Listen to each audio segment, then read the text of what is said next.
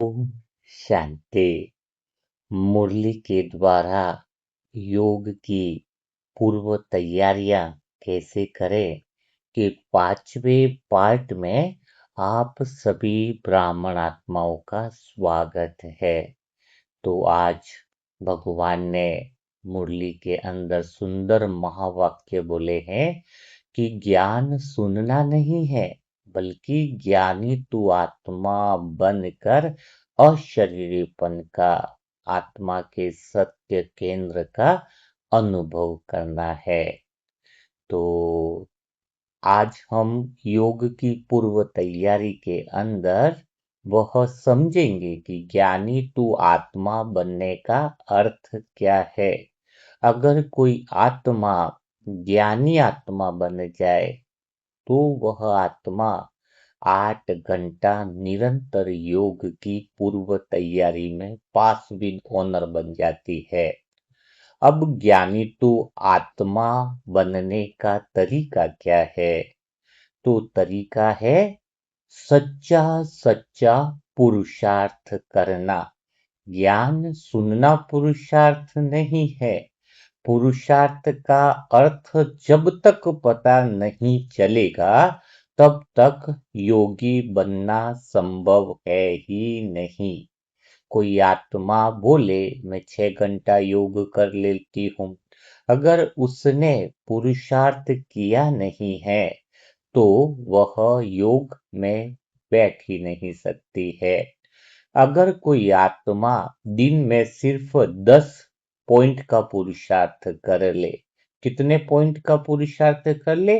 खाली 10 पॉइंट का पुरुषार्थ कर ले, 1 महीना नियम बांध ले, तो वह आत्मा आराम से बिना किसी परेशानी के घंटों घंटों योग में बैठ सकती है, भगवान के प्रेम में डूब सकती है, कभी भी बिना किसी रुकावट के योगी आत्मा बन सकती है।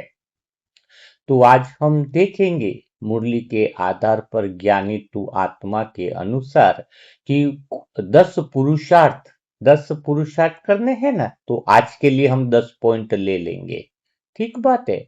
लेकिन सबसे बड़ी गलतफहमी बाबा के बच्चों में यह है कि पुरुषार्थ पूछा जाए कि आज आपने कुछ पुरुषार्थ किया है, क्या पुरुषार्थ किया है, तो बोलेंगे हमने अमृत वेला में उठे हैं, हमने आज की मुरली सुनी है, हमने नुमा शाम योग किया है। तो यह क्या पुरुषार्थ कहलाता है? नहीं, इसको पुरुषार्थ में नंबर देंगे 0। पढ़ाई अलग चीज है, पुरुषार्थ अलग चीज है। ठीक है, मुरली सुन लिया, टास्क भी कर लिया, सब कुछ कर लिया, लेकिन इसको पुरुषार्थ नहीं कहेंगे। पुरुषार्थ का अर्थ समझना होगा। जैसे कि पिछले सेशनों में हमने देखा है कि मैं तो कुछ करने वाला हूं ही नहीं, तो फिर सब यह भी बात देखिए कि मैं कुछ करने वाला नहीं हूं, और दूसरी बात यह भी देखी है कि सब कुछ फिक्स चल रहा है, कोई दिक्कत वाली बात ही नहीं, सब कुछ ऑटोमेटिक चल रहा है, सब कुछ स्वतः ही चल रहा है। तो फिर पुरुषार्थ का अर्थ क्या हुआ, यह बात समझने की जरूरत है। सब कुछ तो ऑटोमेटिकली चल रहा है, स्वतः ही चल रहा है, तो पुरुषार्थ का मतलब क्या हुआ? तो पुरुषार्थ का मतलब है कि जो रेगुलर हमारी सिस्टम में बैठ गया है, आत्मा का काम दिशा देना भी तो है, तो जो सब कुछ चल रहा है, तो पुरुषार्थ का हुआ क्या अर्थ? किसी ने गाली दी तो हम भी गाली दे रहे हैं, उल्टा तो बोल ही रहे हैं, ये रेगुलर चलने वाला संस्कार हो गया है। तो कोई गाली दे लेकिन हम चुप रह जाएं, तो इसको कहेंगे पुरुषार्थ। आप ही आज पॉइंट करने हैं ना आपको, 10 पॉइंटों पे पुरुषार्थ करने का कौन है आत्मा जो तैयार है? हाँ, ऐसी अंधी तैयारियां करोगे तो योगी नहीं बन पाएंगे। खाली 10 पॉइंट है, आपको तरीका भी सिखाया जाएगा कि आपको वो 10 पॉइंट की तैयारी कैसे करनी है। तो असली पुरुषार्थ क्या है? हाँ, कि जो गाली दे रहा है उसके बदले में हम भी गाली बक रहे हैं, तो ये पुरुषार्थ नहीं है। उसने गाली बकी, उसने क्रोध किया, हम शांत रहे, यह है असली पुरुषार्थ। रास्ते में नोटों की बंडल पड़ी है, हाँ, और कोई देख नहीं रहा, हम उसको चुरा लें, ले लें, हाँ, तो वो पुरुषार्थ नहीं है। उसको देखते हुए भी लोभ न आए, यह है पुरुषार्थ। असली पुरुषार्थ वह है, हाँ। किसी ने अपमान किया है, किसी ने कुछ उल्टा बोला है, लेकिन हमने प्रतिक्रिया नहीं दी। अगर दिन में ऐसी कोई घटना हुई और हमने प्रतिक्रिया नहीं दी, तो वह हुआ असली पुरुषार्थ।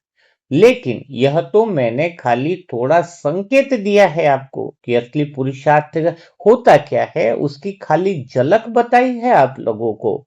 अभी तो हमें असली पुरुषार्थ को समझना बाकी है। योग कर लेना, मुरली सुन लेना, ये पुरुषार्थ नहीं है। ये थोड़ा सा आपको क्लियर किया जा रहा है।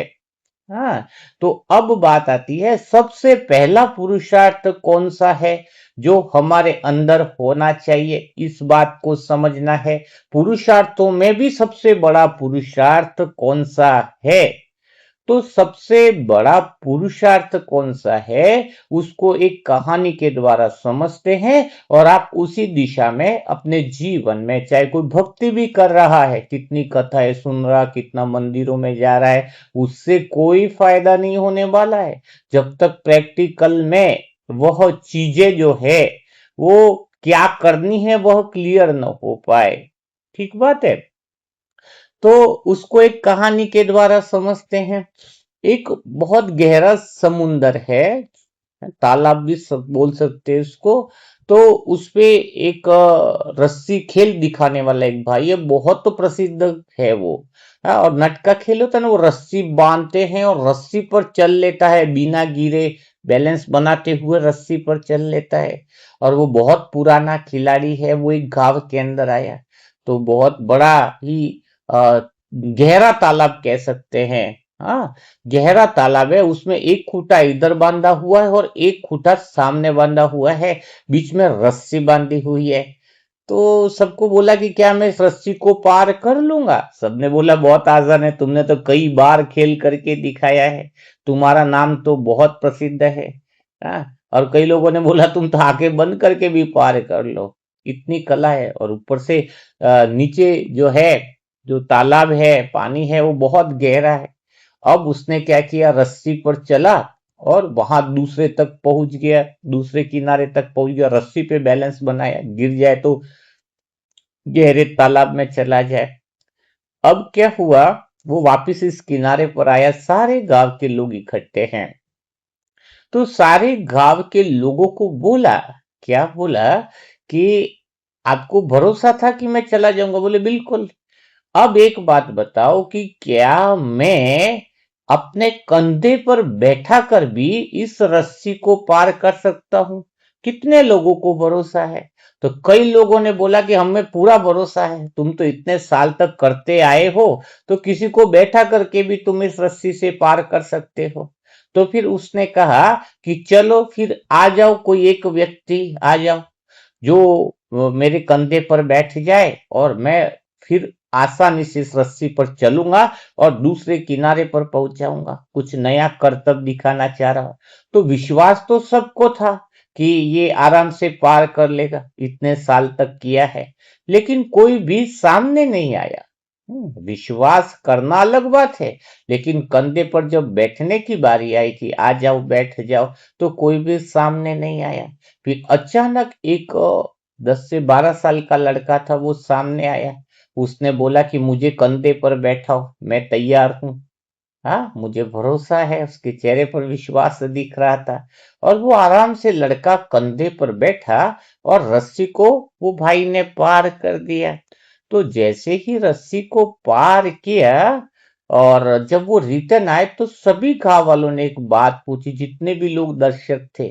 बच्चे को पूछा कि क्या तुम्हें डर नहीं लगा जब तुम ऊपर बैठ रहे थे? इतना गहरा तालाब है, अंदर मगरमच्छ वगैरह भी है, क्या तुम्हें डर नहीं लगा? तो उसने कहा, मुझे बिल्कुल डर नहीं लगा, क्योंकि पहली बात तो ये मेरे पिता है, और मेरे पिता है तो मेरा भरोसा कुछ ऊंचे लेवल का ही है उनके ऊपर। तो बात क्या है, पुरुषार्थ की बात क्या है वह समझनी होगी।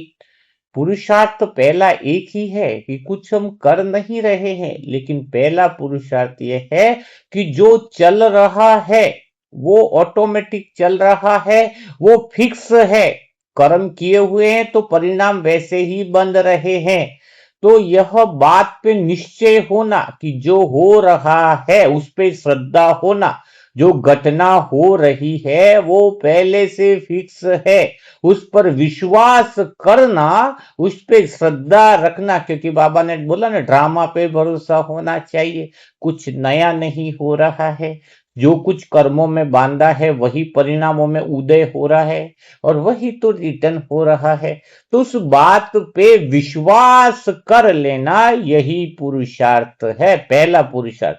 आपकी श्रद्धा कितनी है, कहना तो अलग बात है। गांव वालों ने सभी ने कहा कि भाई हमें भी विश्वास है, तुम कर सकते हो, लेकिन ओरिजिनल अंदर से भरोसा कितना है उस बात पर कि जो हो रहा है सब फिक्स है, इसको बदलना नामुमकिन है।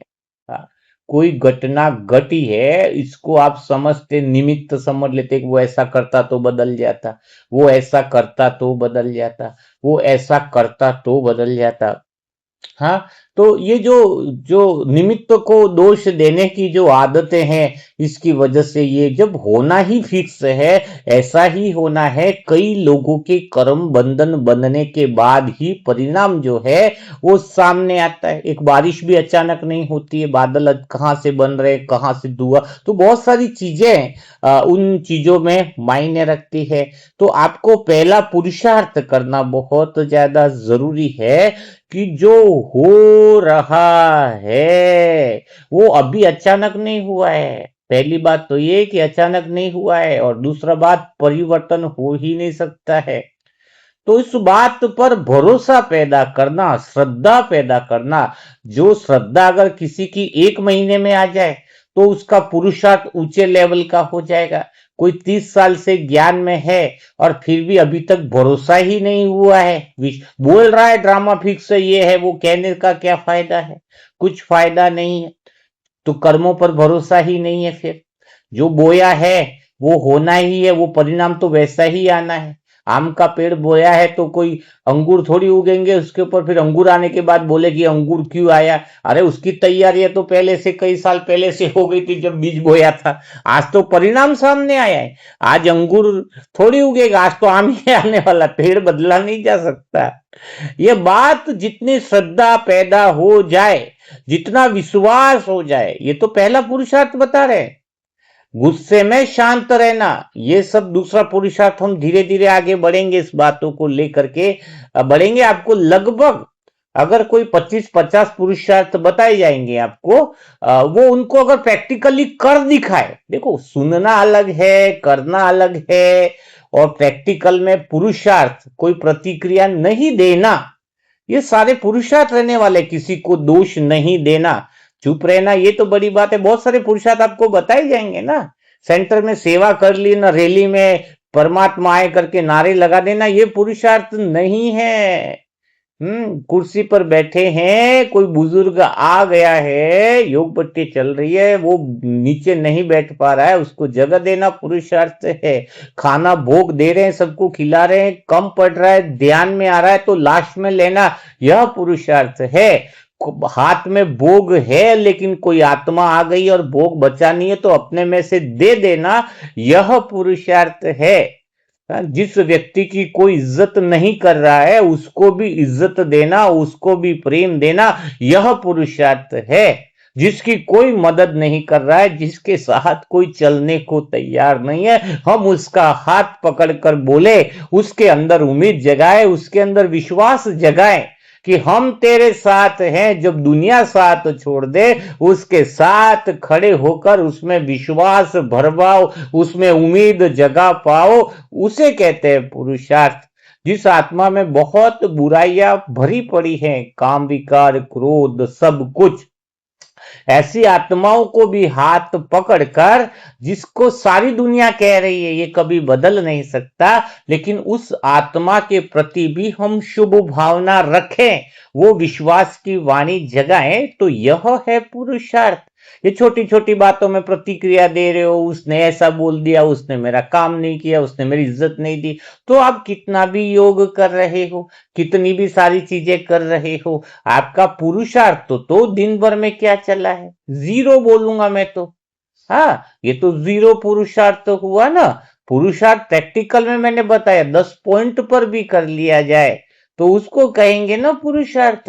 आपको बताया कि अपने अहंकार को मार देना वह सच्चा पुरुषार्थ है, कि बहुत बड़ा फंक्शन हो रहा है सेंटरों में भी, और हम बड़ी बड़ी सेवाओं में लगे जहां हमारा नाम है, लेकिन हमारा ध्यान जाना कि कोने में बर्तन पड़े उसको कोई धो नहीं रहा है, हम अपने अहंकार को शून्य करके हम बैठ जाए और हम बर्तन धो ले, वह है असली पुरुषार्थ।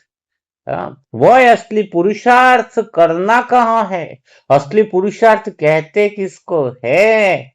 रात की 12 बजे दुआ देने की जरूरत पड़ जाए, कोई आत्मा दुखी है, आपसे उम्मीद करके मैसेज करती है, हमारे ग्रुप पे कितने सारे मैसेज आते हैं, लेकिन हर एक मैसेज का रिप्लाई करना ही है। ऐसा नहीं कि आज थके हुए तो रिप्लाई नहीं करेंगे, ये नहीं करेंगे, इसको नहीं, पहला काम है सारे काम छोड़कर 12 बजे भी मैसेज आ गया है तो उसी समय उठ करके उसको दुआ देना, इससे बड़ा कोई पुरुषार्थ नहीं है। लेकिन इंसान तर्क देता है, पुरुषार्थ के समय पुरुषार्थ नहीं करता है, बहाने बनाता है, तर्क बनाता है।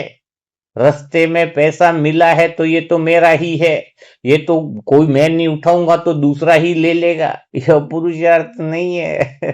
तुम्हारा नहीं है, उसके प्रति लोभ न जागे, आकर्षण न जागे। रास्ते में बीके भाई इतना बड़ा एक भाई इतना बड़ा बोले पुरुषार्थी है, योगी है, 100 रुपया मिला, पागल हो गया उसके पीछे रास्ते में। अब बताओ। हाँ, एक बात है ना, कौन सा पुरुषार्थ तो कदम कदम पर हमें आत्मिक दृष्टि से देखें, वह असली पुरुषार्थ है। तो हमें चेक करना होगा कि हमारा असली पुरुषार्थ क्या है और हम क्या कर रहे हैं, यह समझना। तो पहला पुरुषार्थ आपको क्या बताए? विश्वास की ड्रामा में जो चल रहा है वो अपरिवर्तन वाला है, और दूसरा विश्वास की यह जो हो रहा है वो वैसा ही होना था और कोई दूसरा नहीं होना था। उस पर श्रद्धा रखे, नमन करे, ड्रामा की आरती उतारे। लोग मंदिरों में आरती उतारने की जगह अगर इस बात की आरती उतारे ड्रामा की, कि जय ड्रामा देवा, मतलब जो होना है वही हो रहा है, वहां रे ड्रामा, ग्रेट ड्रामा।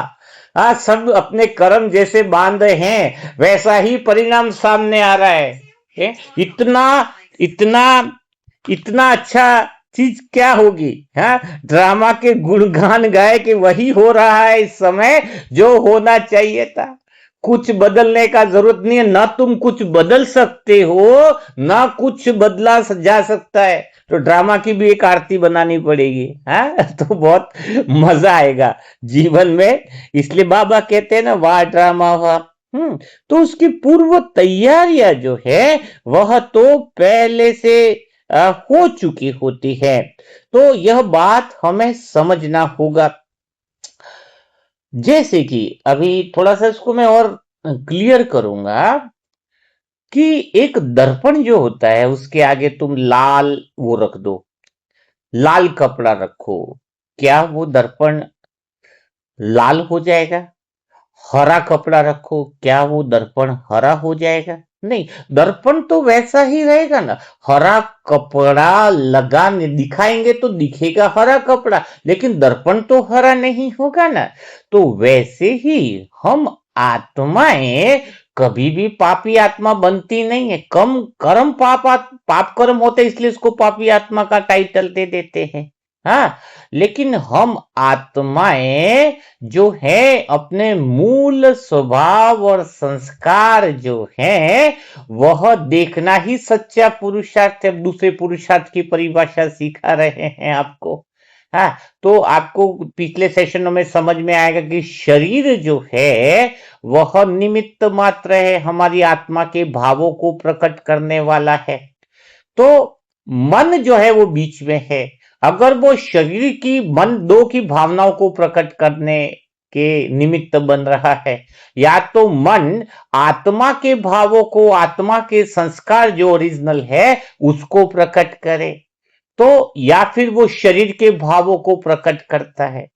अब आप सोच लो कि आप बैठे हो और आप अंदर चेक करो कि मेरे, खाली एक ही चीज चेक करनी है आपको। पुरुषार्थ क्या करना है, देखना है। लेकिन क्या देखना है कि मेरे विचारों का केंद्र कौन सा है, कहां से विचार उठ रहे हैं। मन अभी शरीर के भाव के वहां से बैठकर विचार उत्पन्न कर रहा है। और एक बात और चेक करनी है, खाली देखना है, बदलना नहीं है। अगला विचार जो उत्पन्न होगा उसका केंद्र कहाँ है। ठीक बात है। अभी जैसे कि काम विकार उत्पन्न हुआ, क्रोध उत्पन्न हुआ या बड़बड़ उत्पन्न हुई, तो क्या देखना है, बंद नहीं करना। बंद करने के पीछे जाओगे तो तकलीफ आ जाएगी। आप सोचो, शरीर साइड में बैठा हुआ है, तुम बैठे हुए एक तरफ, तुम्हारा शरीर साइड में है। तुम्हें चेक करना है कि तुम्हारा मन अभी शरीर की भावनाओं को प्रकट कर रहा है या फिर आत्मा का केंद्र की भावनाओं को प्रकट कर रहा है। वो केंद्र जिसको देखना आ गया वो असली पुरुषार्थी बन जाता है। उदाहरण के लिए, अगर कोई क्रोध आ रहा है, कोई लोभ आ रहा है, कोई आकर्षण किसी के शरीर के प्रति हो रहा है, तो अभी मन किसको प्रकट कर रहा है, शरीर के भावों को प्रकट कर रहा है। गुस्सा आ रहा है किसी को, मन जो है वो शरीर का है, किसी के प्रति दैहिक आकर्षण पैदा हो रहा है, मन शिकायत कुछ भी कर रहा है, तो खाली एक चीज देखना। क्या देखना है, जैसे कि लैपटॉप है, उसमें कोई फाइल खुली है, तो आप क्या कहोगे, मेरे अंदर फाइल खुली है, ऐसा तो नहीं बोलोगे। आप क्या बोलोगे, यह मेरे अंदर फाइल खुली, ऐसा तो नहीं बोलोगे ना। क्या बोलोगे, या तो सामने वाले लैपटॉप में, सामने वाले मोबाइल में फाइल खुली है। ठीक है, तो यह देखना कि इस विचार का केंद्र शरीर है, जिसमें शरीर की बातें चल रही हैं, देह की भावनाएं प्रकट हो रही हैं। तो जब आप देखोगे कि यह फाइल मेरी नहीं है, शरीर के अंदर वो भावनाएं खुली हैं, शरीर की भावनाएं खुली है। हम कहते हैं मुझे क्रोध आ गया, मुझे ये विकार आ गया, यह कहना ही गलत है। लैपटॉप में फाइल खुली है, तुम्हारे में फाइल नहीं खुली है। पर्दे पर कितने भी सीन आए, आग लग रही है, बारिश हो रही है, एक बार थोड़ी देर के लिए आग लगती है, आग का सीन है, थोड़ी देर के बाद बारिश हो रही है, तो क्या पर्दा जल जा रहा है या पर्दा गीला हो रहा है? नहीं ना, पर्दा तो इतने सालों से वैसा ही है। क्या पर्दे पे कोई दाग लग रहा है क्या पिक्चर चलने से, बताओ जरा। नहीं ना, कुछ भी नहीं हो रहा है पर्दे पर। तो सेम, यह फाइल कंप्यूटर में खुली है, लैपटॉप में खुली है, मीन्स शरीर के अंदर खुली है। मन अभी शरीर के भावों को प्रकट कर रहा है, यह खाली देखना हुआ आत्मा का। यह है असली पुरुषार्थ। मैं चेक करूं कि मेरे इस विचार का केंद्र कौन सा है, इस विचार का सोर्स कहां पर है। विचार का सोर्स मना, अगर शरीर है जिसमें मेरे बच्चे का क्या होगा, आगे मेरी 2 गाड़ियां लूंगा कि नहीं लूंगा, इसका प्रमोशन होगा कि नहीं होगा, उसने मुझे यहां पे ऐसा क्यों बोल दिया, तो आत्मा देखकर मुस्कुराए, पिक्चर का आनंद भी ले सकती है। वो चाहे तो पिक्चर का, ड्रामा का आनंद ले सकती है। कोई मुश्किलात नहीं है, कोई परेशानी नहीं है। हाँ, आनंद बोल चाहे तो ले सकती है, क्योंकि आत्मा देख रही है। अच्छा, देखने के बाद क्या होगा, इस बात को समझो। जैसे आप बैठे हो और आप सोचो अब मेरा शरीर पास में ही है। अगर शरीर ज्यादा बड़बड़ कर रहा है, इधर उधर की बातें ज्यादा कर रहा है, यह इस बात का संकेत है कि मैं आत्मा अनुपस्थित हूं। अगर मैं आत्मा अपने केंद्र पर उपस्थित हूं, अगर मैं सत्य के केंद्र पर ऑलरेडी अगर मैं उपस्थित हूं, हाँ, उपस्थित होने का अर्थ है कि मैं थोड़ा बहुत चेक करूं कि यह विचार का केंद्र कौन सा है, कहां से विचार उठ रहे हैं। तो जैसे ही द्वेष उठ रहा है या हो रहा है तो तुरंत उसको अपना पहचान मत बनाओ। मेरे अंदर क्रोध आ गया, मेरे अंदर काम विकार आ गया, ये मेरे अंदर आया, ये भावी छोड़ दो, अपने आप को गिल्ट भी महसूस मत करो। क्या गिल्ट महसूस मत करो। नहीं तो कोई बाबा का बच्चा बनाया सोचेगा मेरे अंदर काम विकार तो आने ही नहीं चाहिए। काम विकार आने, अरे काम विकार अगर एक ही सेकंड में मिट जाता, क्रोध मिट जाता, तो भगवान को आने की जरूरत क्या थी। भगवान को आने की जरूरत क्या थी। पहले ये सोचो, बुराइयां हैं तभी तो आए हैं। और आपके अंदर तो काम विकार आ ही नहीं सकता, पर्दे पर तो कोई फर्क पड़ ही नहीं सकता। पर्दे पर क्या फर्क पड़ेगा, कुछ भी नहीं है। लेकिन हम क्या करते हैं, बहुत गिल्ट कर लेते हैं, मुझे गुस्सा बहुत आ गया, मुझे चिड़चिड़ापन हो गया, आज मेरे को अच्छा नहीं लग रहा है। तो अच्छा नहीं लग रहा है तो तुरंत देखना है, यह शरीर की भावना है, तुम्हारी भावनाएं नहीं है। अभी मन किसकी भावनाओं को प्रकट कर रहा है, शरीर की भावनाओं को प्रकट कर रहा है। और यही तो पुरुषार्थ कराना है कि देखना, तो मन को जैसे हम देखेंगे तो वो आत्मा की भावनाओं को प्रकट करना शुरू कर देगा। आत्मा का जो मूल संस्कार है उसकी संभावनाओं को प्रकट करना शुरू कर देगा।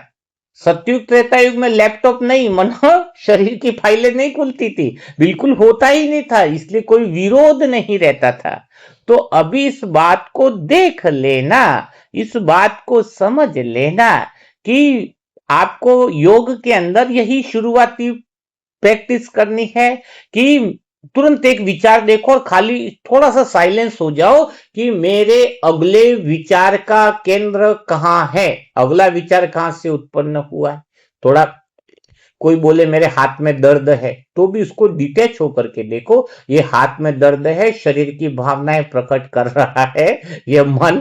तो ये विचार कहां से उत्पन्न हुआ, अंगूठे में दर्द है तो अंगूठे से उत्पन्न हुआ। किसी को दूसरा मोबाइल लेना है तो ये मोबाइल से विचार उत्पन्न हुआ ना, हाँ, मोबाइल की वजह से हुआ। खाली ऐसा देखते रहने से तुम स्व पर उपस्थित हो जाओगे, तुम सत्य केंद्र पर आ जाओगे। खाली देखने से विचारों की पकड़ ढीली हो जाएगी, सारे विकार छूटते जाएंगे। खाली देखना है, साक्षी भाव से देखना है। खाली देखना, बदलने की कोशिश मत करना, क्योंकि कर्मों का हिसाब किताब है। क्या है, साथ में कर्म का भी तो चल रहा है ना। तो उसके लिए खाली देखने का पुरुषार्थ करना है। और जैसे जैसे आप देखते जाओगे, देखने में ही आत्मा का सत्य स्वरूप, सत्य संस्कार स्वतः ही प्रकट होने लगेंगे। ठीक बात है। तो यह दूसरा जो पुरुषार्थ है वह तुम्हें समझ में आ जाना चाहिए, बिल्कुल क्लियरिटी के साथ समझ में आ जाना चाहिए। तो थोड़ा क्या हम आगे बढ़े। पहला पुरुषार्थ क्या बताया कि जो चल रहा है उस पर भरोसा करना, श्रद्धा करना, विश्वास करना, यही होना है और यही हुआ है। हाँ, और इसमें कुछ परिवर्तन संभव नहीं है, यह बात ध्यान रखना है। अब तीसरे पुरुषार्थ की बात करते हैं। अब तीसरे पुरुषार्थ की जो बात कर रहे हैं उसमें यह बात नोट कर ली जाए। क्या बात नोट कर ली जाए कि तुम्हारे कर्मों का जो परिणाम आया है, अभी जो कर्मों का परिणाम आया है या जो कुछ जीवन में उदय हुआ है, सूर्य उगने के साथ ही तुम्हारे कर्मों के परिणाम आज क्या होने वाला है वो पहले से फिक्स है। सुबह सूर्य उगा और हमारे कर्मों के परिणाम भी उगने वाले उसके साथ, है ना। अब थोड़ा सा उसमें साक्षी कैसे रहना है, उस बात को प्रैक्टिकल में हम साक्षी रहें, कोई बात का असर हम पर न पड़े, यह हमें तीसरा पुरुषार्थ करना है। आज दिन भर में कोई भी परिणाम मेरे सामने आए, लेकिन मैं साक्षी कैसे रहूं, वो बात अभी आपको सिखाई जा रही है, वो प्रैक्टिकल में करना है पुरुषार्थ। यही तो असली पुरुषार्थ है और कुछ है नहीं। जान लेना जो बदला नहीं जा सकता है, और हमें आगे के लिए कैसे रहना है, घटना को कैसे देख लेना है, तो वह हो गया आपका यह तीसरा पुरुषार्थ साक्षी भाव का। उसको हम एक कहानी के द्वारा समझते हैं। नगर में एक प्रसिद्ध नाटक मंडली थी, बहुत ज्यादा प्रसिद्ध नाटक मंडली थी। उसके मालिक जो था, जो नाटक मंडली का था, वो नाटक मंडली के मालिक का नाम था जगन्नाथ। वर्षों से उसके नाटक जो थे वो हाउसफुल चलते थे। एक बार उसने सोचा कि इतने सालों से मैं नाटक कर रहा हूं, उसके शो भी बढ़िया होते हैं, तो उसने सोचा कि मैं अब की बार एक ऐसा नाटक प्रेजेंट करूंगा, ऐसा नाटक प्रेजेंट करूंगा जो जिंदगी का सबसे बड़ा नाटक होगा, सबसे बड़ी प्रस्तुति होगी। उस इंसान ने सारी जगह तैयारियां, पोस्टर लगवा दी, तैयारियां कलाकारों को भी महीनों से करवाना शुरू कर दिया, और पूरा नगर भी बहुत उत्साहित था कि इतना बड़ा नाटक होने जा रहा है जो कई महीनों से तैयारी करी है। जगन्नाथ भी बड़ा उत्सुक था कि आज मेरे अंदर वो तैयारियां सारी पूरी है। पूरी 50-60 लोगों की जो नाटक मंडली थी, एक एक के पीछे बहुत बड़ी मेहनत करी थी। आखिर वह समय आ गया जिस वक्त उसको बड़े नाटक का प्रेजेंटेशन करना था। बहुत बड़ा स्टेज सजाया गया था, बहुत सारी कुर्सियां थी लोगों के आने के लिए, क्योंकि हजारों लोग आने वाले थे। और जब जैसे टाइम आया उसके पहले ही हजारों लोग आने आ गए, हाँ, इकट्ठे भी हो गए। नाटक शुरू होने में खाली आधा घंटा बचा हुआ था। उस समय इतनी अचानक तेज बारिश आ गई, इतनी तेज बारिश आ गई कि लोग तो भागने लगे। खाली कुछ ही मिनटों में पूरा मैदान खाली हो गया, कुर्सियां भी भीग गई, सजावट खराब हो गई, कलाकार उदास हो गए, क्योंकि जो साथ में कलाकार थे वो भी उदास तो होना स्वाभाविक ही था। एक कलाकार जो था वो तो गुस्से में बोला कि सब कुछ बर्बाद हो गया, रोने ही लग गया, क्योंकि उसने भी बड़ी मेहनत करी थी। दूसरा कलाकार बोले हमारी तो किस्मत ही खराब है, इतने महीनों से तैयारी करी, इतने पर्चे छपवाए, सब कुछ किया, सब फिनिश हो गया। हाँ, और दूसरे दूसरे जगह से आए थे, आने जाने का खर्चा, सामान का खर्चा कितना सारा होता है। तीसरा बोला इतनी सारी मेहनत करी थी, वो भी सारी व्यर्थ तो चली गई। कई बार प्रदर्शनी भी लगाने जाते थे, ऐसा कभी होता है ना, बारिश हो जाती तो ऐसा हो जाता है। हाँ, तो पुरुषार्थ क्या है, उस बात को समझना, बड़े ध्यान से समझना।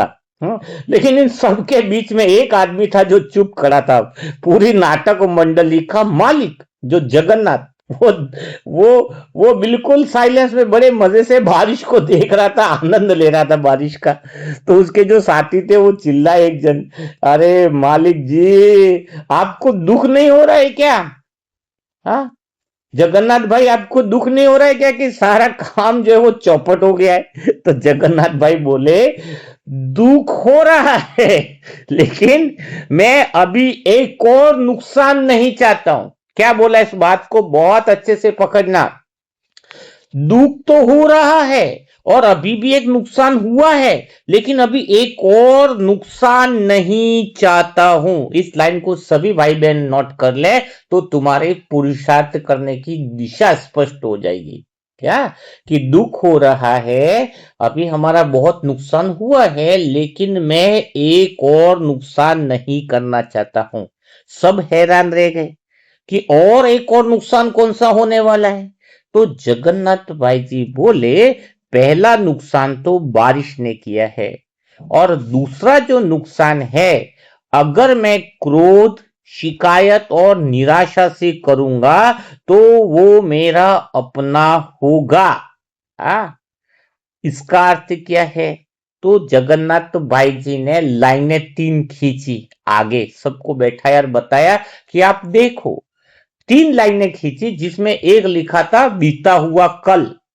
बोले ये जो बीता हुआ कल है, जो कई समय से हमारा पुराने जो दिन निकले हैं, उसमें में हमने जो कर्म किए थे, जो हमने कर्मों की रिकॉर्डिंग हुई थी, आज क्या हुआ है, उसी का परिणाम सामने आया है। क्या आया है? आज जो परिणाम हमारा आज जो नुकसान हुआ है वो आज का नहीं हुआ है, वो पहले से ही तैयारी थी आज का नुकसान होने की। पहले ही हमने कर्म बांध दिए थे। ये बारिश होना, हमने पूरी तैयारियां करना, पोस्टर लगाना, ये सब कुछ नुकसान की तैयारियां पहले ही हो चुकी थी। आज नहीं हो रहा ये नुकसान, पहले से ही तैयारी थी कल के किए हुए कर्मों की रिकॉर्डिंग से।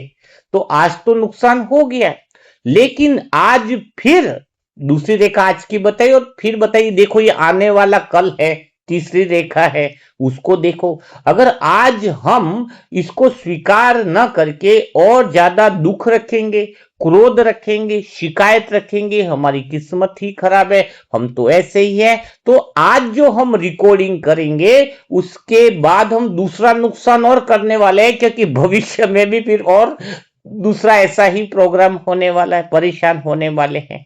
तो जो नुकसान हो गया है उसके अंदर दुख होना अलग बात है, दुख की कहानी बनाना अलग बात है। जगन्नाथ भाई ने क्या बोला, दुख तो मुझे भी हो रहा है, लेकिन मैं शिकायत नहीं कर रहा हूं, क्रोध नहीं कर रहा हूं, क्योंकि दुख के बाद जो दुख की कहानी क्रिएट होगी उससे और एक नुकसान और होने वाला है।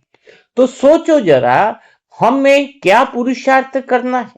किसी का पति पत्नी का झगड़ा, पत्नी चिल्ला ली, या तो मेरे ही कर्मों का परिणाम पुरानी रिकॉर्डिंग से आया हुआ है, लेकिन आज फिर मैंने क्रोध किया, शिकायतें करी, हाँ, नई कहानी बनाई, जिसको गुस्सा नहीं करना चाहिए था उसने ऐसा कैसे बोल दिया।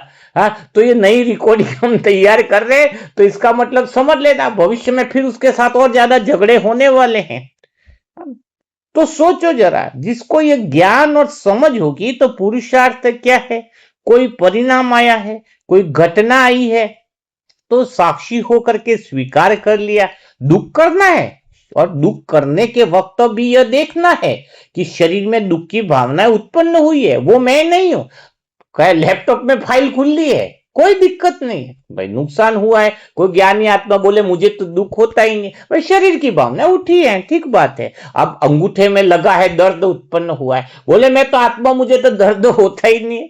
अरे दर्द होगा अंगुली में, कहीं आग में डाली तो आग में लगेगा, तभी तो आग से हम अंगुली हटाएंगे। तो दर्द तो उत्पन्न होना, शरीर की भावनाएं जो जो हमें नुकसान नहीं कर रही है, वो कुछ भावनाएं जो उत्पन्न हो रही है वो शरीर की, वो बहुत ज्यादा जरूरी है, बहुत ज्यादा जरूरी है। तो हमें क्या देखना है, शरीर में दुख उत्पन्न हुआ, लेकिन वो कहानी न बने। कहानी तब नहीं बनेगी जब आत्मा उसको साक्षी होकर के देखे कि ये तो कंप्यूटर में फाइल खोली है, लैपटॉप में खुली है, जिसमें दुख प्रकट हो रहा है, पुराने कर्मों का परिणाम है।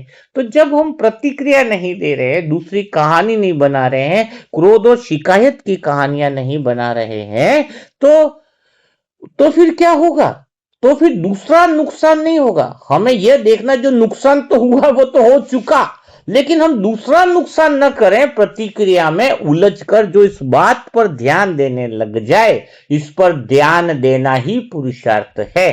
तो आपको आज ये तीसरा पुरुषार्थ भी सिखाया गया है, समझ में आया कि नहीं आया। तो सभी को, वहां पे जो कलाकार बैठे थे, सबको ये बातें समझ में आ गई। हाँ है, जगन्नाथ क्या किया, जगन्नाथ भाई ने सबको मंच पर बैठा के सारी बातें समझाई। बारिश लगातार हो रही है, सबसे पूछा कि भाई बताओ बारिश रुक सकती है, सबने बोला नहीं रुक सकती है। क्या दर्शक वापिस आ सकते हैं, बोले नहीं आ सकते। तो फिर हम किससे लड़ रहे, जगन्नाथ भाई ने बोला कि लड़ किससे रहे, न दर्शक वापिस आ सकते हैं, न बारिश अभी हम चाहे तो रुक जाए, ऐसा नहीं हो सकता है। तो किसी ने पूछा क्या जगन्नाथ भाई जी आपको मन दुखी नहीं हो रहा है, बोले दुखी तो हो रहा है, दुखी होना भी स्वाभाविक है, लेकिन दुख के ऊपर कहानी बनाना स्वाभाविक नहीं है। दुख के ऊपर जो हम कहानी, क्योंकि कागज में पहले बटन, पहला कॉलम जो हो चुका है, दूसरा कॉलम वो है जो अभी हम बना रहे हैं। पहले कॉलम में लिखा था बारिश, खाली मैदान, रद्द होना, नाटक, सब कुछ था वर्तमान में लिखा हुआ, लेकिन अभी हम क्या लिख रहे हैं वो हमारे हाथ में है। इस समय हम क्या कर रहे हैं, फिर सबको बातें समझ में आई, और चाय और पकौड़ी मंगवाई, सबने चाय पकौड़ी का भरपूर आनंद लिया, और उन्होंने तय किया कि चलो इतना खर्चा किया तो हम रुक जाते हैं, भले पोस्टर सब लग गए थे डेट में, लेकिन एक अनाउंसमेंट किया कि हम 2 दिन बाद फिर फंक्शन कर रहे हैं, जो पूरी तैयारी हुई है। और आपको आश्चर्य होगा, सब लोगों ने उनकी हिम्मत की तारीफ करी, मैनेजमेंट को तारीफ करी कि वहां से जो मैदान था उन सबको भी, मालिक थे उनसे बात करी, क्योंकि बारिश का मौसम नहीं था और अचानक बारिश आ गई थी है। तो फिर उनका 2-3 दिन के बाद फिर प्रोग्राम रखा, और प्रोग्राम और ज्यादा बेटर तरीके से हुआ और उमंग उत्साह के साथ हुआ। हाँ, तो ये क्यों और उमंग उत्साह के साथ हुआ? क्योंकि उन्होंने कहानी को क्रिएट नहीं किया, नाटक सफल हो गया। हम्म तो बारिश एक रात का नुकसान करती है, लेकिन हम अगर अपनी प्रतिक्रिया से कई वर्षों का नुकसान कर लेते हैं, यह सबसे बड़ी बात है। जीवन में सबसे बड़ी गलती घटना से हारना नहीं है, सबसे बड़ी गलती है घटना के बाद खुद को हारने देना। जो हो चुका है वह उदय है, लेकिन जो अभी भीतर चल रहा है वो भविष्य की रिकॉर्डिंग बना रहा है। फिर सभी आज जो कलाकार थे उनको समझ में आया कि बुद्धिमानी बारिश रोकने में नहीं थी, बुद्धिमानी उस समय भीतर में जो तूफान न उठे उस बात को रखना, यही तो सच्चा पुरुषार्थ है। तो यहां पर यह बात जो है वो आपको बिल्कुल क्लियर हो गई होंगी। हाँ, कोई दिक्कत नहीं होगी। ठीक बात है। अब हम चौथे पुरुषार्थ की तरफ क्या बढ़े? क्या आप लोग तैयार हो चौथा पुरुषार्थ करने के लिए? क्योंकि जब तक तुम यह समझोगे नहीं, हाँ, ये प्रैक्टिकल पुरुषार्थ क्या है उसकी बात को क्लियर नहीं करोगे, तब तक, हाँ, तब तक जीवन के अंदर हमारी योग की अवस्था आ नहीं सकती है। तो चौथी बात जो करनी है, चौथा पुरुषार्थ जो करना है, अंडरलाइन कर लेना। देखो, जीवन के अंदर आपको लगभग 50 पुरुषार्थ बताए जाएंगे, यह होंगे असली, और कुछ पुरुषार्थ जो बाद के होंगे वो स्वतः ही होते जाएंगे। अगर ये जो पुरुषार्थ, जैसे पहला पुरुषार्थ बताया आपको कि ये ड्रामा फिक्स है, ड्रामा की आरती करो, उसके उसकी अगरबत्ती लगाओ ड्रामा पर, यानी जो हो रहा है वो फिक्स है, पर उस पर विश्वास पैदा करो, जितना विश्वास बढ़े वो पुरुषार्थ है। जो हो रहा है वो साक्षी भाव लाना, यह पुरुषार्थ है। अभी पिछले टाइम के कर्मों का आया है, लेकिन उसमें दुख की कहानी नहीं बनाना, ये तीसरा पुरुषार्थ बताया है। ठीक है, अब चौथा पुरुषार्थ नोट कर लीजिए आप, कि चौथा पुरुषार्थ, आज जैसे बाबा ने मुरली में कहा कि ज्ञानी तू आत्मा बनना है, दोष नहीं देना। ये कितना मुरली के महावाक्य तो मानो जीवन बदलने वाले हैं। तो चौथा पुरुषार्थ बहुत पक्का कीजिए, जो आरोप और प्रत्यारोप करता है, जो दोष दूसरों पर डालता है, उतना ही अपना बंधन बढ़ा देता है। तो पुरुषार्थ ये नहीं है कि ये तो रेगुलर चल रहा है, हर बात के लिए किसी को जिम्मेदार बना देना। कोई कोई तो बलि का बकरा तुम बना ही देते हो, सेवा क्यों अच्छी नहीं हुई? अरे गाड़ी टाइम पे नहीं आई, सेवा अच्छी क्यों नहीं? हमारा तो जगह ही कॉर्नर पे मिली थी। हाँ, मैं बाइक से क्यों गिरा? अरे ब्रेक मेरे फेल हो गए थे। अच्छा, दूसरा बोलेगा कोने से वो बिना ब्रेक वाली गाड़ी आ रही थी। तो तुम्हारे जीवन में तुम कहां अपने को दोष देते हो? तुम्हारे तो जीवन में आरोप प्रत्यारोप चालू ही है। फिर बोलोगे मैंने अमृत वेला बहुत अच्छा किया, मैंने सुबह मुरली मंथन बढ़िया सुना, मैं 20 साल से ज्ञान में हूं। अरे कहाँ के ज्ञान में हो गया? व्हाइट कपड़े पहनना पुरुषार्थ नहीं है, व्हाइट कपड़े पे दाग न लगे कर्मों का पूरा दिन, यह सच्चा पुरुषार्थ है। सफेद कपड़ा पहनना और कपड़े को संभालना, अर्थात पूरे दिन मन रूपी घोड़े को सही तरीके से चलाना, कहीं पर भी इधर उधर न जाए। हाँ, तब कहेंगे कि वास्तविक पुरुषार्थ है। इसलिए बैच लगाना वास्तविक पुरुषार्थ नहीं है। व्हाइट कपड़े पहनना, कोई व्हाइट कपड़े पहन लिया, बैच लगा लिया, दिन भर दूसरों की शिकायतें करता रहता है, दिन भर जो है वो रोता रहता है, मेरे साथ तो ऐसा होता है, मेरी किस्मत खराब है। और एक गृहस्थ वाली आत्मा है जिसने व्हाइट कपड़े नहीं पहने, लेकिन वो खुश रहती है, हर परिस्थिति को स्वीकार करती है, तो वो असली पुरुषार्थ कर रही है। असली पुरुषार्थ ये है कि वो स्वीकार भाव है उसके अंदर, धन्यवाद का भाव है, स्वीकार भाव तो छोड़ो, धन्यवाद का भाव है? तो ये सबसे बहुत सुंदर बात है। तो यह यह असली पुरुषार्थ है। तो अभी हम बात कर रहे हैं आरोप प्रत्यारोप की, कि जब हम दूसरे पर दोष डालते हैं तो हमारे कर्म बंधन बढ़ जाते हैं, और उतना ही जो है वो मन फंसता जाता है। तो फिर आकाश तारा चंद्रमा तारों के पास जाएगा कैसे? है? चलो इस कहानी से समझते। अच्छा, दिन भर तो तुम दोष दोगे, फिर शाम को कमेंट्री लगाते हैं, मैं आत्मा चली सूर्य चंद्रमा तारा गण के पार। हाँ, और थोड़ी देर भी जाओगे नहीं, हैं? और बोलोगे बहू ने सब्जी जला दी है आज तो फिर नीचे आ गए। हाँ, एक जन तो योग में चलते हुए बुजुर्ग बात बड़ी मजेदार थी। वो कहे कि थोड़ी देर के योग किया, उसके बाद तुरंत ही दीदी ने पूछा कि किसी को कोई शिकायत तो नहीं है ना, वो भी हो तो बता दो।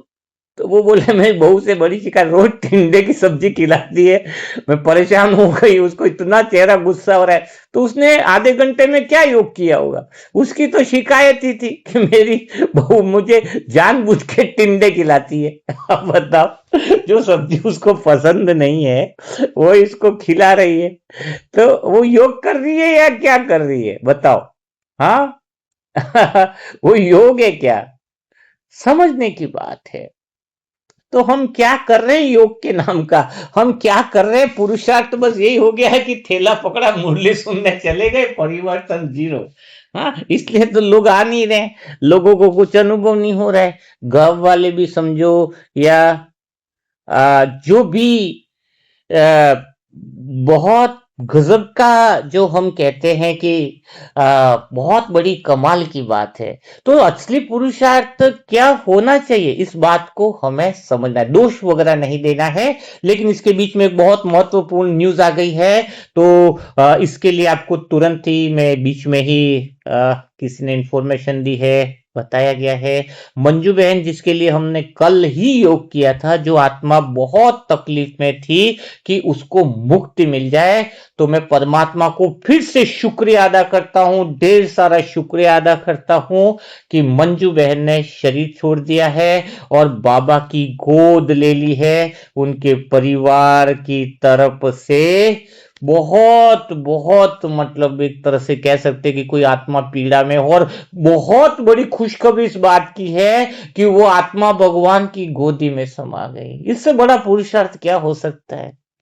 वो चौथे स्टेज की कैंसर में थी, फोर्थ, और कल ही हमने दुआ करी है उस आत्मा के लिए कि भगवान उसको अपनी बिना पीड़ा के प्रेम से गोदी में ले ले।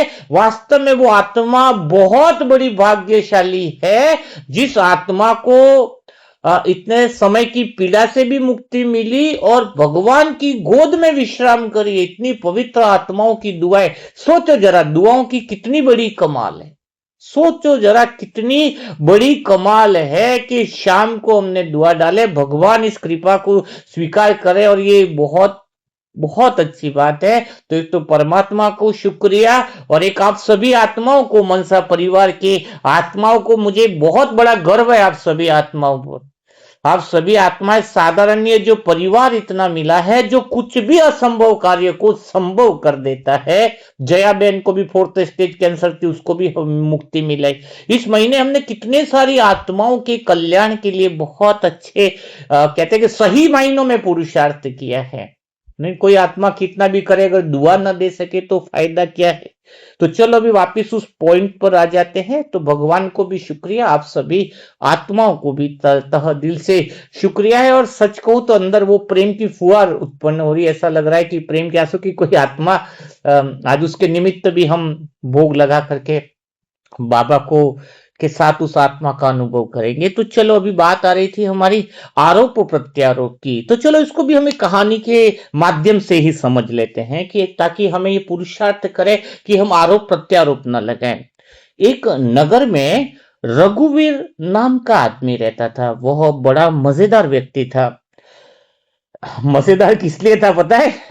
अगर घर में दाल जल जाए तो पत्नी को दोष देता था, दुकान में ग्राहक कम आ जाए तो सरकार दोषी।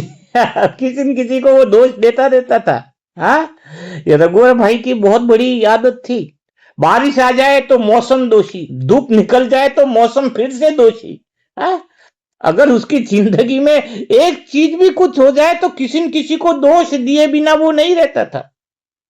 और सारे लोग, उसके दोस्त जितने भी लोग थे, वो सब जानते थे कि इसकी आदत खतरनाक है, किसी न किसी को उसके साथ में रहने पर भी प्रॉब्लम आती है। एक दिन उसके मित्रों ने मजाक में कहा कि रघुवर रघुवर भाई जी, अगर तुम केले के छिलके पर फिसल भी जाओगे तो भी तुम गुरुत्वाकर्षण को दोष दे दोगे।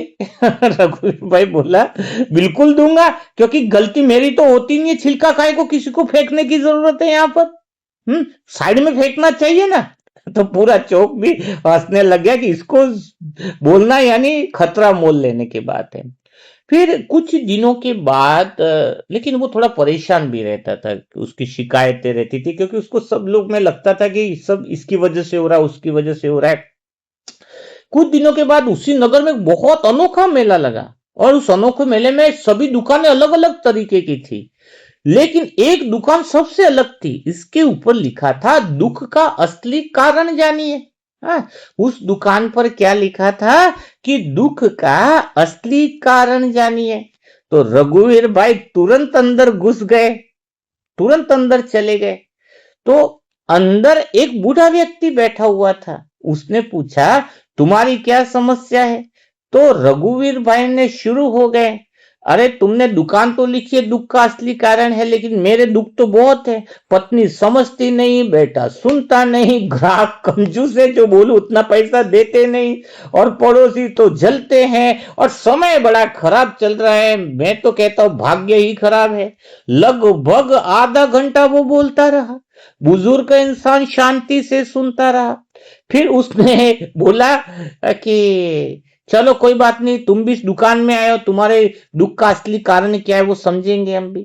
तो उस बुजुर्ग इंसान ने बोला, जो बोलूं वो करना पड़ेगा। बोले, मैं तैयार हूं, क्योंकि इतने सारे मेरे जीवन में दुख हैं। पत्नी नहीं सुनती, ये, और सरकार भी बेकार है, वो बोलता है। तो उस बुजुर्ग ने उसको क्या है बोला कि एक बोरा दिया। हाँ, और उस बोरे में उसको बोला कि पास में पत्थर पड़े हुए हैं, तो एक एक पत्थर इस बोरे में डालते जाओ। जितनी तुम्हारी शिकायतें होंगी, जिस जिस वजह से परेशानी है, उसका नाम लेकर के उसमें डालते जाओ। बोले, सबसे बड़ी प्रॉब्लम तो पत्नी से ही है मेरी। हाँ, ये पत्नी नहीं है, पतन का कारण है मेरे। बोले ठीक है, तो पत्नी के नाम का एक बड़ा पत्थर बोरे में डाला। वो दूसरा बोले, बेटे का बड़ी प्रॉब्लम है, वो मेरी बात सुनता ही नहीं, मोबाइल में ही लगा रहता है, बेटे के नाम का डाला। फिर बोले पड़ोसी का, फिर सरकार का, फिर बाजार के नाम का पत्थर। बोले जितना भी शिकायत है उसके नाम का एक एक पत्थर डालना है। फिर भाग्य का। फिर बोरा धीरे धीरे भारी हो गया। फिर उसने बोला बुजुर्ग ने कि तुम्हारा सब कुछ पता चल जाएगा। हम्म अब इस बोरे को क्या करो कि एक कंधे पर रखो और बाजार का एक चक्कर लगा कर आओ, तब तक मैं तुम्हारी तैयारी कर रहा हूं, तुम्हारे असली दुख का कारण।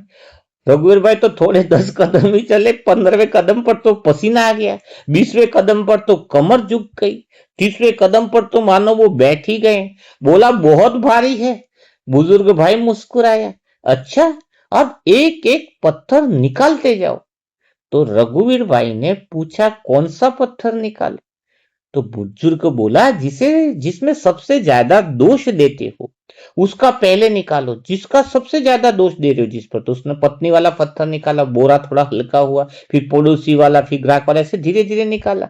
आखिर में बोरे में केवल एक पत्थर बचा, उस पर लिखा था, मेरे अपने भाव। हाँ, मेरे अपने भाव। तो रघुवर भाई बोला, यह एक पत्थर क्यों छोड़ा? तो बुजुर्ग बोला, क्योंकि यही असली कारण है, बाकी सब तो निमित्त हैं।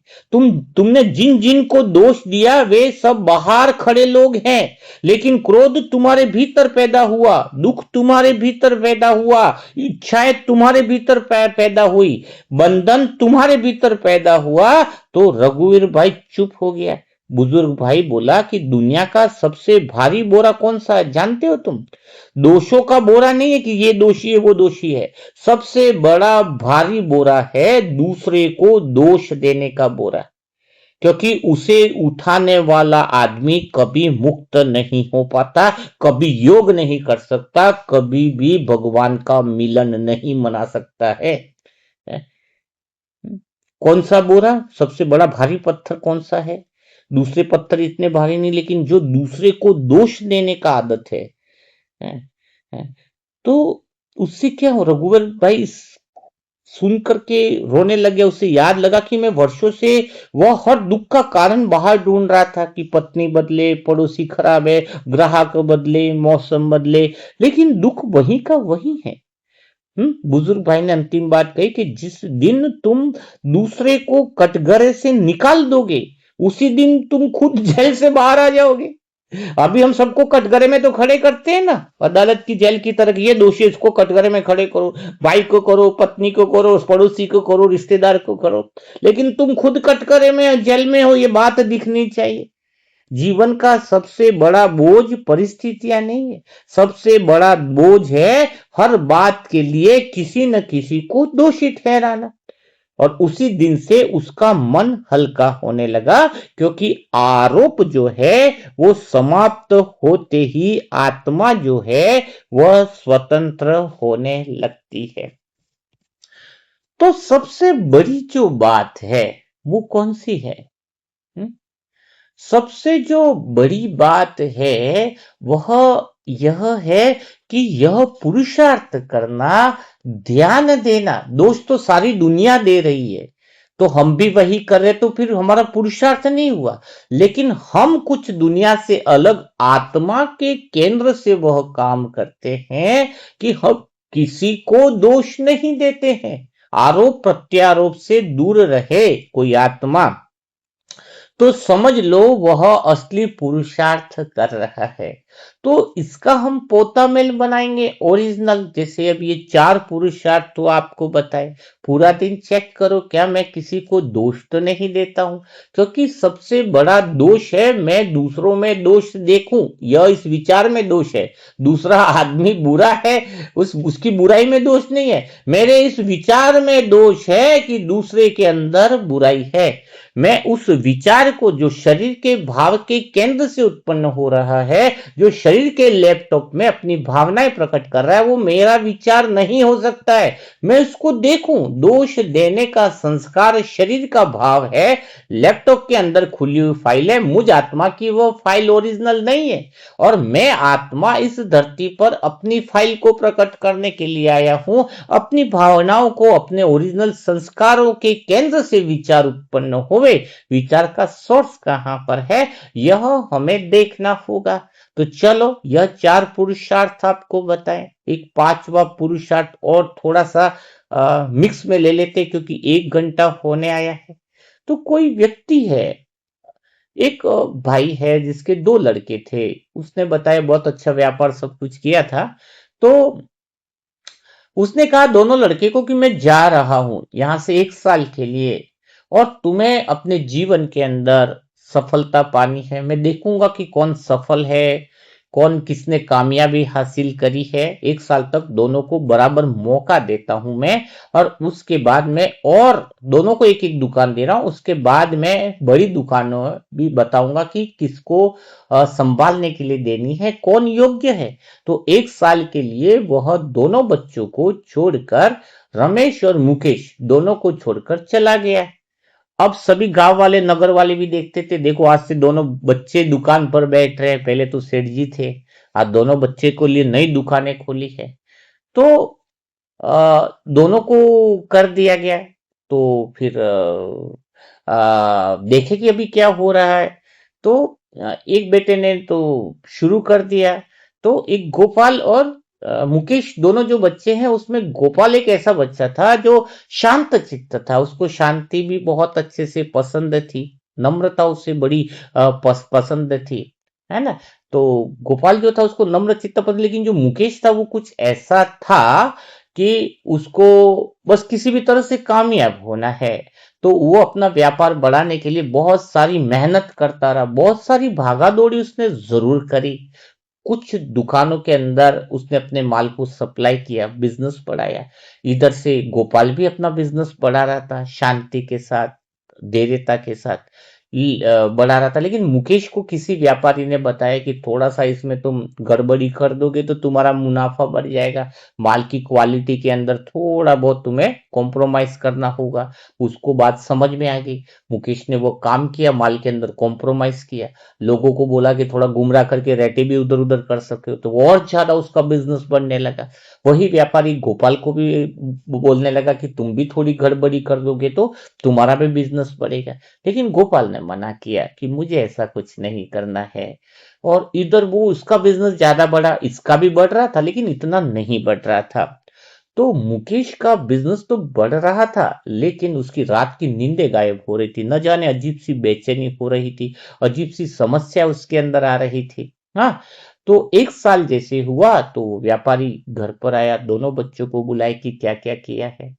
तो मुकेश ने सारी बातें बताई कि पापा मैंने बहुत बड़ा बिजनेस बढ़ा लिया, बहुत बड़ा व्यापार बढ़ा लिया है, अब हमारी इतनी दुकानें हैं। लेकिन उसके चेहरे से टेंशन, तनाव हमेशा दिखाई दे रहा था, क्योंकि जो गलत करेगा उसको डर भी तो बहुत ज्यादा रहेगा।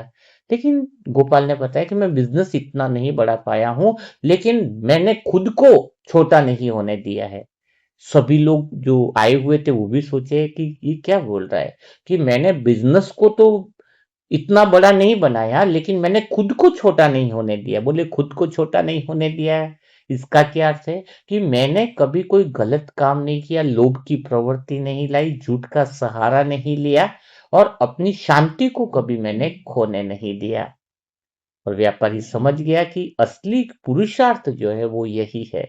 एक रास्ते में जा रहे हैं तो एक भिखारी सूखी रोटी खा रहा है, और एक व्यक्ति बिजनेसमैन है, इधर हम दूसरी तरफ देख रहे हैं, वो चिल्ला रहा है, लोगों पे सब कुछ कर रहा है। तो असली भिखारी कौन हुआ? जो सूखी रोटी खा करके भी संतोष है, कुछ मांग नहीं रहा है, और उधर इतना कुछ होने के बाद भी दूसरा सेठ मांगता ही जा रहा है, ये चाहिए वो चाहिए वो चाहिए। बताओ कौन है? रास्ते में पड़ी हुई चीज छोड़ देना भी पुरुषार्थ नहीं, कि चलो भाई सोने की ऐसे कोई कुछ पड़ा हुआ है, ये छोड़ देना पुरुषार्थ नहीं है, लेकिन उसके प्रति लोभ न प्रकट हो, उस लोभ को भी छोड़ देना असली पुरुषार्थ है। कि वो चीज मुझे अट्रैक्ट न करे, वो चीज मेरी आत्मा की स्थिरता को हिलाए नहीं, लाखों करोड़ों भी है, जिसका है उसका ले जाए, हमें कोई इश्यूज नहीं है, हमें नहीं चाहिए। हमारे मन में वो लोभ भी उस चीज के प्रति नहीं आना, यह है असली पुरुषार्थ। अंदर से भीतर में चेक करें हम कि कहीं मेरी लोभ प्रवृत्ति तो नहीं है, थोड़ी बहुत लोभ तो नहीं है, पकड़ने की प्रवृत्ति तो नहीं है। यह है असली पुरुषार्थ। कई लोगों को तो छोटी छोटी बातों में भी लोभ होता है, देखा है ना आपने, कि ये थोड़ा सा इसको ज्यादा मिल गया, ये मेरे को थोड़ा सा ज्यादा। एक चीजों से भी लोभ नहीं छूट रहा है, जो शरीर के केंद्र से पुरुषार्थ कर रहे हो तुम, लोभ प्रवृत्ति तो अलग ही दिख जाती है। इसलिए कहते हैं कि मोह प्रवृत्ति, लोभ प्रवृत्ति वाला चोरी और ठगी के बिना रह ही नहीं सकता। कितना भी बोल दे मैं ईमानदार हूं, कितना भी बोल दे ये हूं वो हूं, हाँ, अपनी वृत्तियां जो है वो चेक करें, कितना की कोई चीज मेरे को गिरा ही नहीं। यह है असली पुरुषार्थ। सारी दुनिया लोभ कर रही है और मैं भी वैसा ही कर रहा हूं, तो दुनिया में और मेरे में फर्क क्या रहा? मेरी आत्मा की वृत्तियां, आत्मा का असली स्वभाव बाहर कैसे आया? कई लोग धन को पकड़ रहते हैं, तो सारी दुनिया धन पकड़ के रखी है, और ईश्वरीय सेवा में कोई धन को छोड़ रहा है, मेरे पास पड़ा है, तो यह हुआ असली पुरुषार्थ कि मैं असली सेवा में सहयोगी बनूं। क्या करूंगा पकड़ करके? असली पुरुषार्थ है खुद को अंदर से बड़ा बनाना।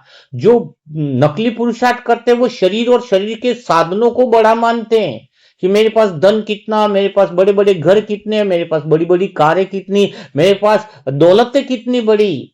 वो शरीर और शरीर के साधनों को बड़ा बनाने पर ध्यान देते हैं। वो आत्मा कितना योग कर ले, कितना मुरली सुन ले, कितने टास्क कर ले, लेकिन वो असली पुरुषार्थ नहीं कर पा रहे हैं, असली जागृति उनके अंदर नहीं आ पा रही है। असली पुरुषार्थ है आत्मा को बड़ा बनाना, शरीर को बड़ा बनाना नहीं। मैं आत्मा अंदर से बड़ी हूं। दुकान अगर मेरी बहुत बड़ी है तो दुकान छोटी हो जाए तो कोई प्रॉब्लम नहीं, मैं अंदर से छोटा नहीं होना चाहिए। मेरे संस्कार मुझे छोटा न कर दें। मेरी लोभ प्रवृत्ति से अगर मैं करोड़ों कमा भी लूं तो मैं आत्मा छोटी हो गई, शरीर और शरीर के साधन बड़े हो गए। किसको मूल्यवान मान रहे हो? नियत को मूल्यवान मान रहे हो, या फिर लोभ प्रवृत्ति, लोभ की भावनाएं, क्रोध की भावना, ये तो उठेंगी। उठना बड़ी बात नहीं है, क्यों उठी वो भी प्रॉब्लम नहीं है। इतने समय से रहे तो देह के संस्कार तो उठेंगे, लेकिन एक बात को समझ लेना कि मैं आत्मा, मेरे जो ओरिजिनल संस्कार पवित्रता, आनंद, सुख, शांति, ये उससे बड़े हैं। किससे बड़े हैं? शरीर के संस्कारों से। शरीर के संस्कार से शरीर बड़ा होगा, देह बड़ी होगी। तो मुझे यह देखना होगा कि मैं क्या कर रहा हूं। ये बारीकी पुरुषार्थ है। धन बचा रहे हैं और अपने दूसरे देह और देह के संबंधों के काम पे पूरा जिम्मेदारी निभाना एक अलग चीज है। आवश्यकता से ज्यादा करके उसमें हम लुटा रहे तो शरीर बढ़ रहा है। और हम आज की रिकॉर्डिंग क्या बना रहे हैं? देह और देह के संबंधों के बीच में इतना उलझ चुके हैं कि हमारी आज की रिकॉर्डिंग पूरे दिन की देखे तो क्या हो रहा है? आने वाले समय में वही परिणाम होंगे। और आज, फिर आज के दिन में कल की भोग की तैयारियां करेंगे। सुंदर भोग लगाए तो कौन सी रिकॉर्डिंग होगी? जरा सोचो अपने आप से। सुंदर रिकॉर्डिंग होगी तो कल हम सुंदर भाव से सभी आत्माओं के निमित्त भोग लगाएंगे कि सभी का पुरुषार्थ बहुत अच्छा हो। सबके अभी पुरुषार्थ के निमित्त भोग लगाएंगे कि बाबा ये भोग इसलिए स्वीकार किया जाए कि सब आत्मा को सही पुरुषार्थ करने की दिशा में हिम्मत मिले, बल मिले। ठीक बात है। तो आज का मुरली मंथन कैसा लगा? वो सारी बातें कमेंट बॉक्स में लिखिए, क्योंकि ये ज्ञान के पूर्व तैयारियां हैं। अगर आप पूर्व तैयारियां हो जाएंगी तो हम एक टेस्ट लेने की सोच रहे हैं 20-30 एपिसोड होने के बाद कि आपने रियली कितनी तैयारियां करी है। तो फिर पश्चात वाले जो सेशन होंगे ज्ञान की पूर्व तैयारी के पश्चात, पूर्व पश्चिम उत्तर दक्षिण है ना, तो पश्चात में हम क्या करेंगे सोचे जरा, कितना मजा आएगा। उस समय ये तैयारी की बात नहीं होगी, उसमें सिर्फ होने की तैयारी होगी कि खाली मैं हूं की बातें चलेंगी। हाँ, तो ये थोड़ा सा जो है, आप ईमानदारी से चाहते हैं कि इतनी मेहनत परमात्मा कर रहा है हमारे पीछे, तो हम सही तरीके से तैयारियां करें। ईमानदारी से आप चेक करो कि क्या दिन में किसने 10 पुरुषार्थ करे या नहीं करे। ज्ञान सुनना वाली बात नहीं, गुस्सा या शांत रहे कि नहीं, प्रतिक्रिया, किसने कुछ बोला तो प्रतिक्रिया तो नहीं। आज की रिकॉर्डिंग कोई दी बेस्ट बनाए, 10 पुरुषार्थ करे, तो मैं सोचूंगा कि जीवन धन्य हो गया। तो कल फिर हम मुलाकात करेंगे सिर्फ दिल छू जाने वाले नए मुरली मंथन के साथ, नई बातों के साथ। तब तक के लिए सभी भाई बहनों को ओम शांति, ओम शांति, ओम शांति।